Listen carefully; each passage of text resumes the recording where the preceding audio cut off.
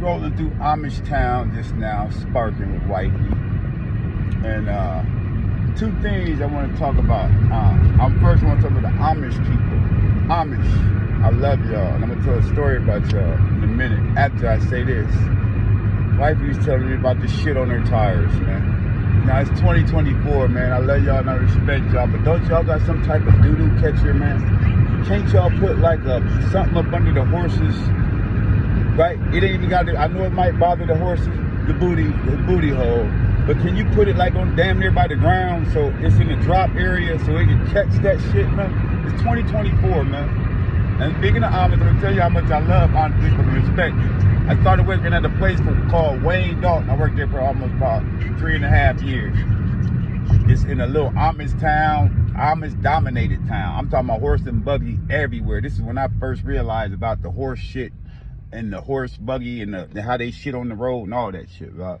But when I say that to say this, man, I worked there, man. It was a press department, right? I ran a 400-ton big bliss press, a two-man press, bro. I got so good at running the motherfucker, I ran it by myself. I turned the two-man spot into a one-man press, right? Anybody will tell you this shit. That I outworked everybody in that motherfucker. But I say that to say this. Every Friday, I started noticing. The first Friday, I noticed an Amish lady.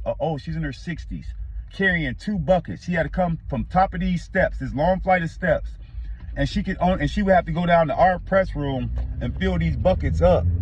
They had some type of cooling and some type of 2 different type of solutions in there that they needed upstairs in a 2-lady department where it's just her and another lady, probably her age or slightly older.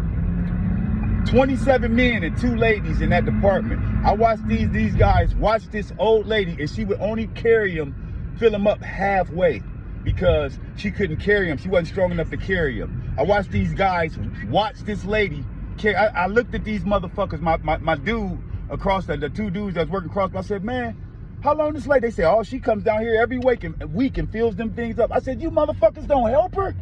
I looked at them like they was crazy. Immediately ran. I seen the lady come back with the bucket. I seen her hit the steps. I grabbed the buckets for her. I said, ma'am, I got these. Carried it. She had a roller upstairs at the top of the steps that she couldn't roll down the steps, like a cart that she would set the buckets on from there and roll on. Every week after that, the next Friday she come down, know what I do?